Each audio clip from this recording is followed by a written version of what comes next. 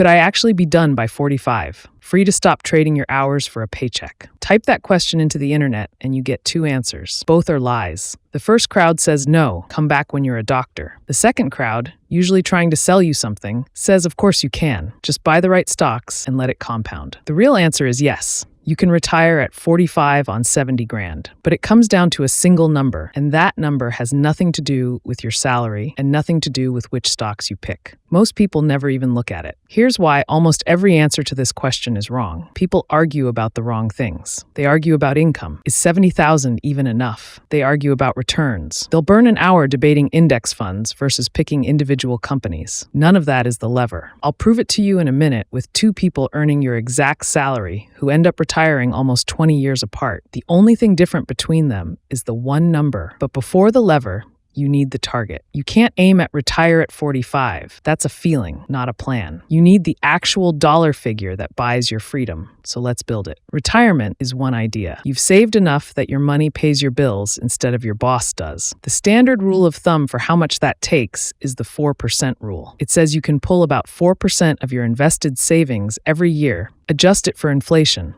and not run out over a normal 30-year retirement. Flip that around, and it means you need roughly 25 times your annual spending saved up. So if you want $40,000 a year to live on, 25 times 40 is $1 million.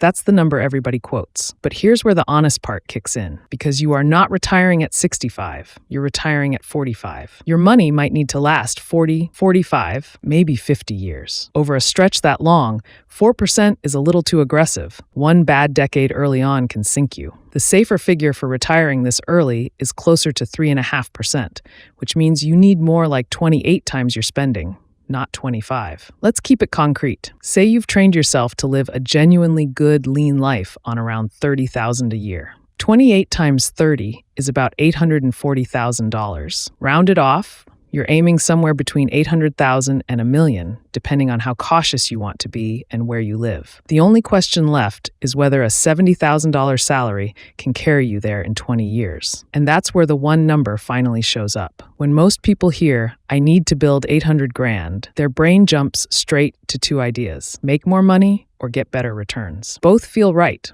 Both are mostly a distraction. Take returns first. Sure, a higher return helps, but returns aren't something you control, and chasing them is exactly how people blow themselves up. Picture it. You go all in on a few hot stocks to speed things up, and the position drops 50%. Now run the recovery math. Climb back from a 50% loss, you need a 100% gain just to get back to even. The fragility you bolt on trying to go faster is the same fragility that throws you off the road. So returns are a lever you can barely touch without bleeding. What about income? Surely a fatter salary is the whole answer. It helps, and we'll come back to it. But watch what happens when income alone changes and nothing else does. Person 1 lives right up to the edge of their paycheck and saves 15%, which, honestly, is already better than most Americans manage. Person 2 lives lean and saves half of what they take home. Same salary, same investments. Person 1 retires somewhere in their late 60s. Person 2 retires in their early 40s. So if it isn't income and it isn't returns, what is it? It's your savings rate, the share of your take-home pay you keep instead of spend. And I'm going to give the mechanic a name: finish line compression. Your savings rate pulls two levers at the exact same time. The more you save, obviously, the faster your pile grows. But there's a second effect hiding right underneath it, and it's the one people miss. The more you save, the less you're living on. Spending less doesn't just feed the engine, it drags the finish line toward you. Remember, for a retirement this long, every single dollar of annual spending needs about $28 of savings sitting behind it. So cut $1,000 a year out of your life, and you don't just free up $1,000 to invest. You also shrink the target you're chasing by around $28,500. One cut hits twice. That's finish line compression. And when you actually chart the whole thing out, the numbers get almost rude in how blunt they are. Save 10% of your pay, and you're looking at roughly 50 years to retirement. Save 25%, about 32 years. Save 50%, and it collapses to around 17. Save 65%, and you're done in about a decade.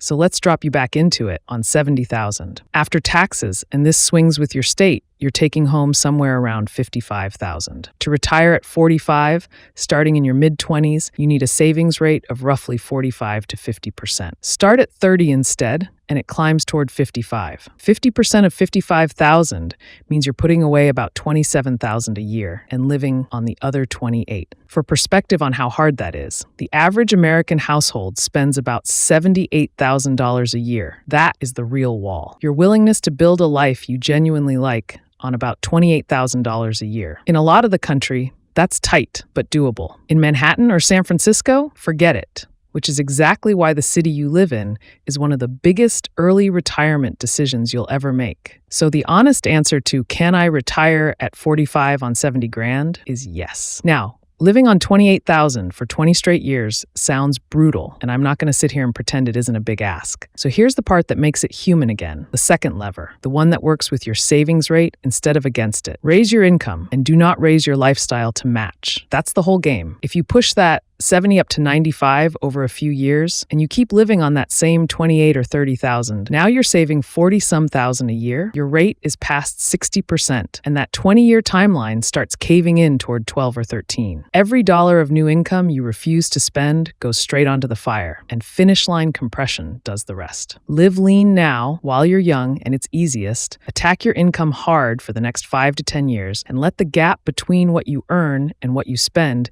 get wider every single year. A couple of technical things that quietly do a ton of the lifting. First, use the accounts the tax code is basically begging you to use. If your job offers a 401k match, that's free money, an instant guaranteed return. No stock can promise you. Take all of it every time. In 2026, you can put up to $7,500 a year into a Roth IRA, where it grows and comes back out completely tax-free, and up to $24,500 into a 401k. Second, a big chunk of that money ends up in a 401k or a traditional IRA, and those normally hit you with a 10% penalty if you touch them before 59 and a half. Retire at 45, and you've got a 15-year gap where, on paper, you're rich, with no clean way to spend it. So you don't pour every dollar into those accounts. You keep a bridge, a regular taxable brokerage account. You don't need to memorize any of that today. You just need to know the trap exists, so you build your money into the right buckets instead of accidentally locking it behind an age limit. So the honest math, can you retire at 45 making $70,000 a year? Yes. You build somewhere around $800,000 to $1 million. You get there on a savings rate near 50%. And the thing that actually decides whether you make it is not your paycheck and not your stock picks. It's how lean you're willing to live and how aggressively you widen the gap between earning and spending. Every dollar you pull out of your spending hits twice. That's the whole engine. Assume you stay invested through genuinely ugly years without panic selling, which is harder than any spreadsheet makes it look. Your city can make or break the entire plan. So run your own numbers. Don't just trust mine or anyone else's. Next time, how to actually push your savings rate toward 50% without feeling like you're living in a cave. Subscribe, and I'll see you in that one.